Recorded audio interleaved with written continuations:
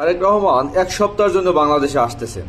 তিনি 25 তারিখ বাংলাদেশে আসবেন। 25 তারিখ আসার পর তাকে বড় রকমের সংবর্ধনা দেওয়া হবে। তারপর তিনি ডক্টর মোহাম্মদ ইউনূসের সাথে একটা বোঝাপড়া করবেন, একটা মিটিং করবেন। সেই মিটিং করার পর তিনি আবার লন্ডনে ফিরে যাবেন। তিনি আর বাংলাদেশে স্টে করবেন না, এরকমের একটা আলাপ ছড়িয়ে পড়েছে। এবং তারা যে যুক্তিগুলো দাঁড় করিয়েছে যে তারেক রহমান নির্বাচনে অংশগ্রহণ করতে পারবে না। কি কারণে নির্বাচনে অংশগ্রহণ করতে পারবে না?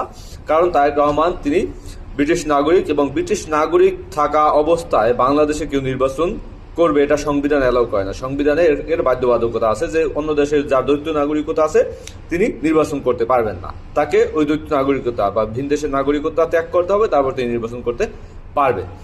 তো এখন তারেক রহমান কি আসলেই যুক্তরাজ্যের নাগরিক কিনা, তার কি সেই যুক্তরাজ্যের পাসপোর্ট আছে, এই জিনিসটা আমাদের বুঝতে হবে।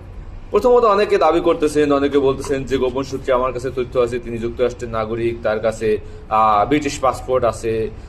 এবং সেটা যদি থেকে থাকে বা তার যদি এরকম হয়ে থাকে, ব্রিটিশ বা আপনারা জানেন যে ব্রিটিশ নাগরিক হইলে আপনি সাথে সাথে আবার ব্রিটিশ নাগরিকতা আপনি ত্যাগ করতে পারবেন, একটা দীর্ঘ সময়ের ব্যাপার আছে। তো আমরা দেখলাম যে 5 আগস্ট সরকার পতনের পর, শেখ হাসিনা চলে যাওয়ার পর আমরা দেখলাম যে আপনার তারেক রহমান বলছিলেন যে 3 মাসের ভিতরে নির্বাচন দিতে হবে।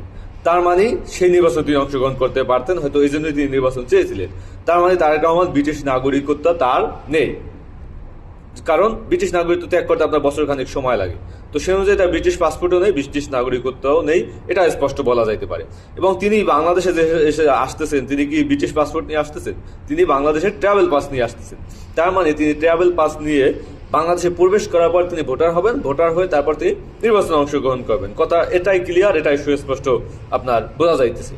তো যারাই এই প্রোপাগান্ডা ছড়ানোর চেষ্টা করতেছেন যে তারেক রহমান নির্বাচনে অংশগ্রহণ করতে পারবে না, তারেক রহমান আবার 7 দিন পর চলে যাবেন, আসলে এর সাথে কোনো বাস্তবতা আর কোনো মিল আমরা দেখতে পাইতেছি। এবং যেহেতু বিএনপি ভবিষ্যতে ক্ষমতায় আসবে, সেক্ষেত্রে তারেক রহমান প্রধানমন্ত্রী হবেন। তো সেই ক্ষেত্রে তার যদি সেই ব্রিটিশ নাগরিকত্ব থেকেও থাকতো, এই 1.5 বছরে তিনি কিন্তু সেই ব্রিটিশ নাগরিকত্ব অলরেডি তিনি ত্যাগ করেছেন, বা সেই 5ই আগস্টে তিনি আবেদন করে দিয়েছেন সেই সরকারের কাছে যে আমি আর ব্রিটিশ পাসপোর্ট চাই না।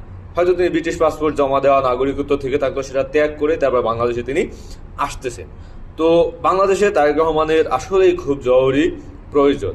এই মুহূর্তে বাংলাদেশ একটা গণতান্ত্রিক উত্তরণের পথে হাঁটতেছে।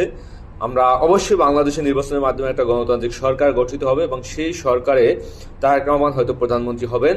এবং তারেক রহমান প্রধানমন্ত্রী হওয়ার পরে বাংলাদেশটা একটা স্থিতিশীল জায়গায় আসবে। সেখানে বিরোধী দল হিসেবে জামাত থাকতে পারে, বা অন্য কেউ, যারাই বিরোধী দল হবে, যারাই প্রধান সরকারি দল হবে, এভাবে একটা গণতান্ত্রিক রাষ্ট্র পরিচালনা করতে হবে। একটা অন্তর্বর্তীকালীন সরকার রাষ্ট্র দিয়ে আসলে রাষ্ট্র পরিচালনা করা যায়।